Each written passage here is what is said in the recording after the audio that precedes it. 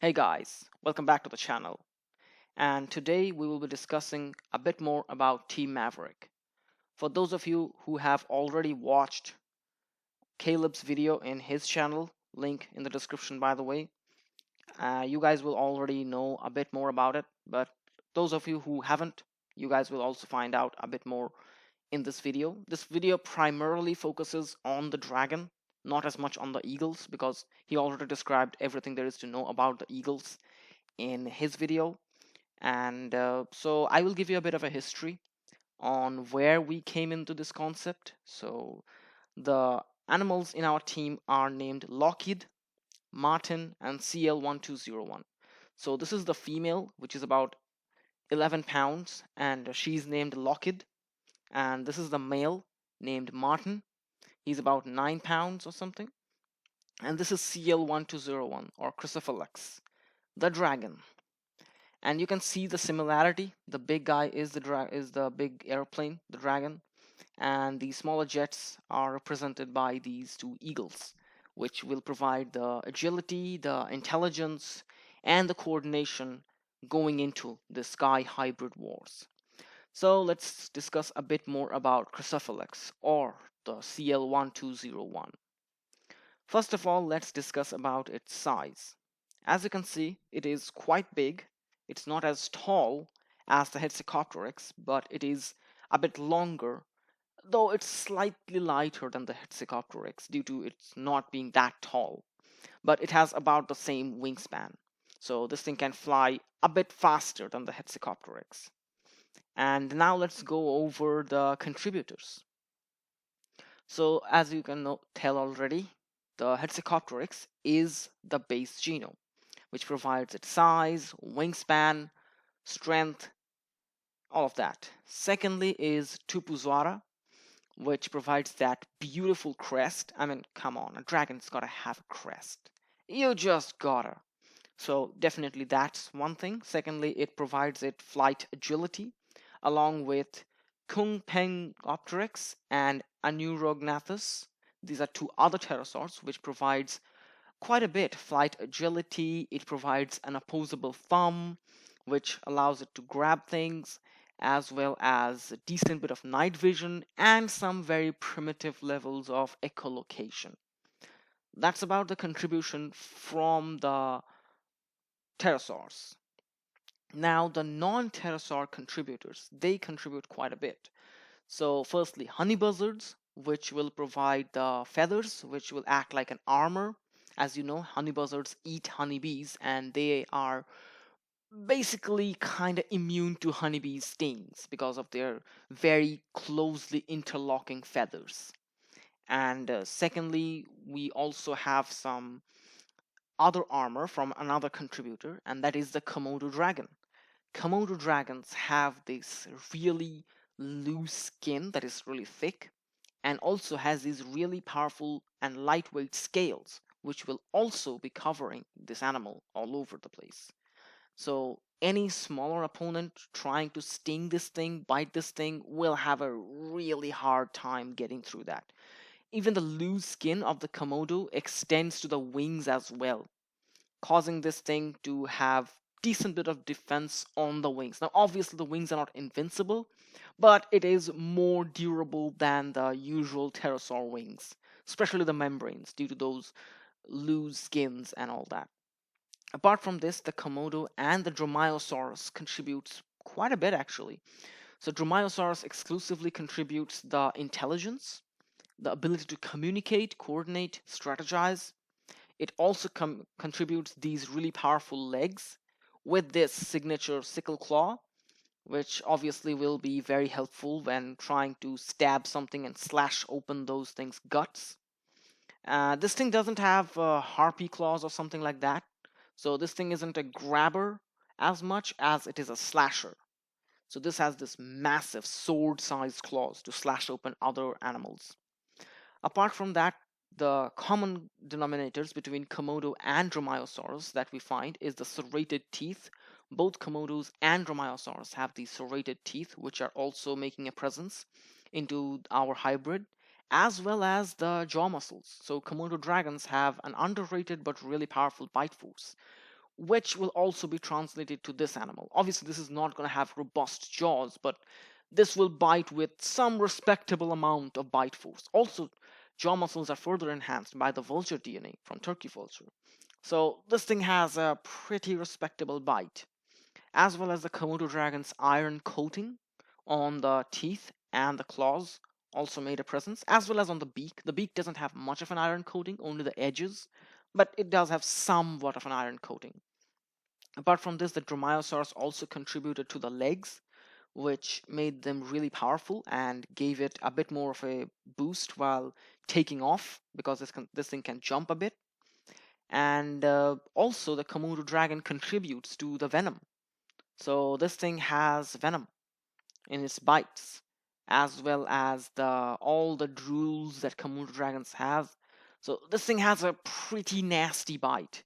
As well as this thing enhanced its neck further. As you can see, the neck is quite thick because of muscles. So this thing has a really powerful neck and shoulders so that it can grab and thrash around certain prey, which are smaller than itself, obviously. And it also provides the tail. So as you know, monitor lizards had quite powerful tails, which can swat out any pesky flyers coming from behind with just one single swat. Also, as I mentioned about the thumb, you can see here, you can see the thumb there is. Also, I will describe why these gifts are there. But anyways, that's all the contributors. Now, you guys might have noticed, if you have already watched Caleb's video, is that Dromaeosaurus is actually a common contributor between our dragon and Caleb's eagles. So that is because this is used to further boost their intelligence and helping them communicate a bit better, so that our hybrid can actually take orders from the two eagles, which are a bit smarter than this thing because they have raven DNA. But this thing is by no means stupid. This thing is smart, but it's just not as smart as Lockheed and Martin, the two eagles. But still, this thing is about as smart as Dromaeosaurus. So this thing can still understand them, this thing can still communicate with them, plan with them. And also, the final contributor is the turkey vulture. Now, already I mentioned that turkey vulture contributes somewhat to the jaw muscles, somewhat to the eyes. This thing has amazing distance vision due to the turkey vulture. But the main thing that turkey vulture contributes is the stomach. The turkey vulture has one of the strongest stomach acids in the animal kingdom. It has a pH close to 0. This thing is more potent than battery acid. And not only do they have this really potent rancid acid, they can also projectile vomit this acid, this acidic stomach contents. And that's where we get our dragon's breath weapon, or rather, vomit weapon. Because let's be honest, we cannot put realistically any fire weapons on it, but this is the closest we can get to. Now, a small turkey vulture can shoot this thing quite far away, like 10 feet almost. When you scale that up to a creature that is this big, that could easily go up to 30 to 50 feet away, essentially giving our dragon a ranged weapon that it can fire with quite a bit of accuracy thanks to the turkey vulture eyes, which can see far, far away.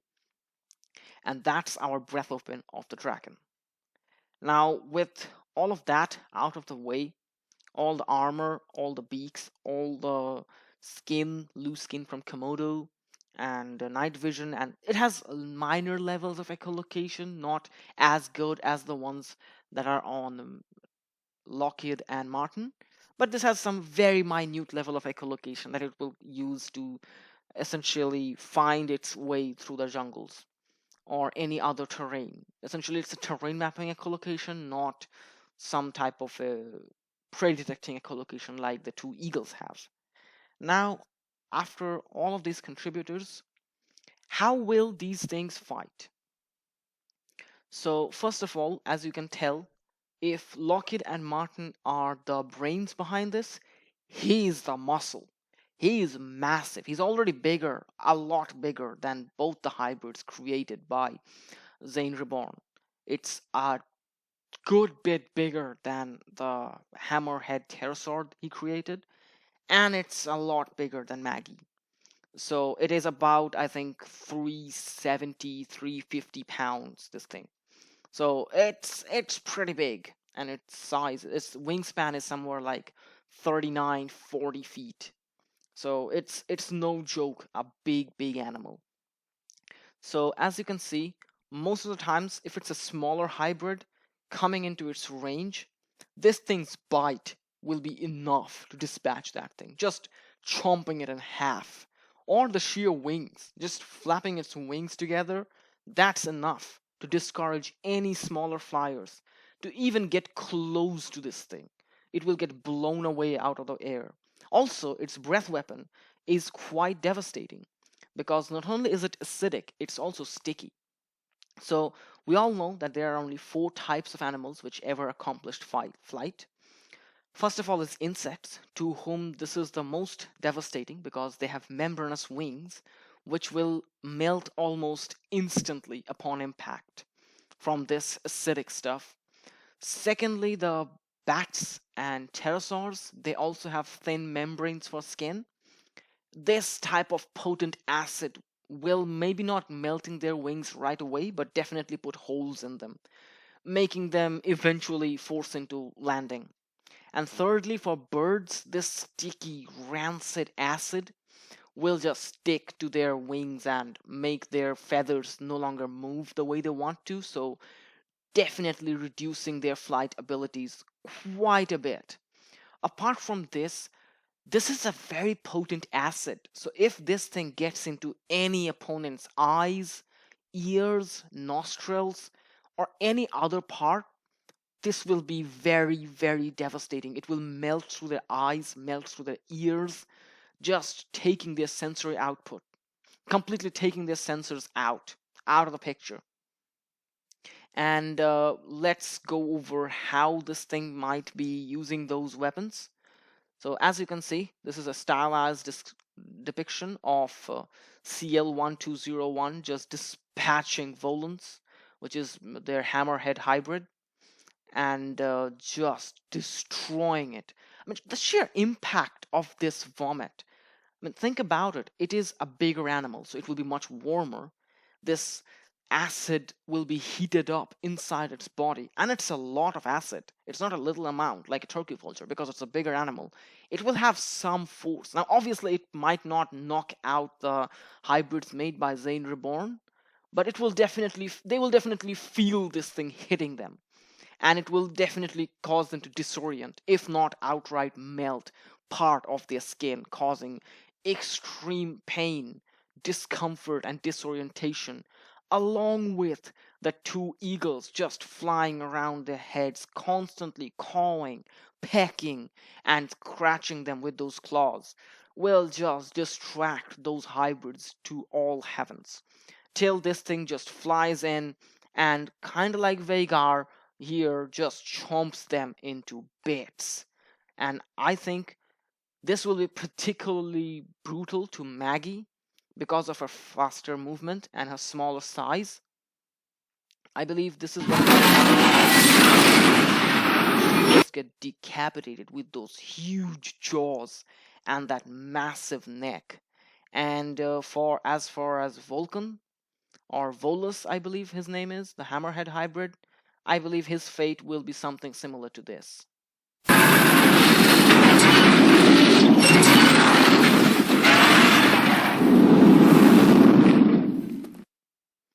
And that's Zane Reborn looking at its hybrid, having its wings just ripped apart mid-air.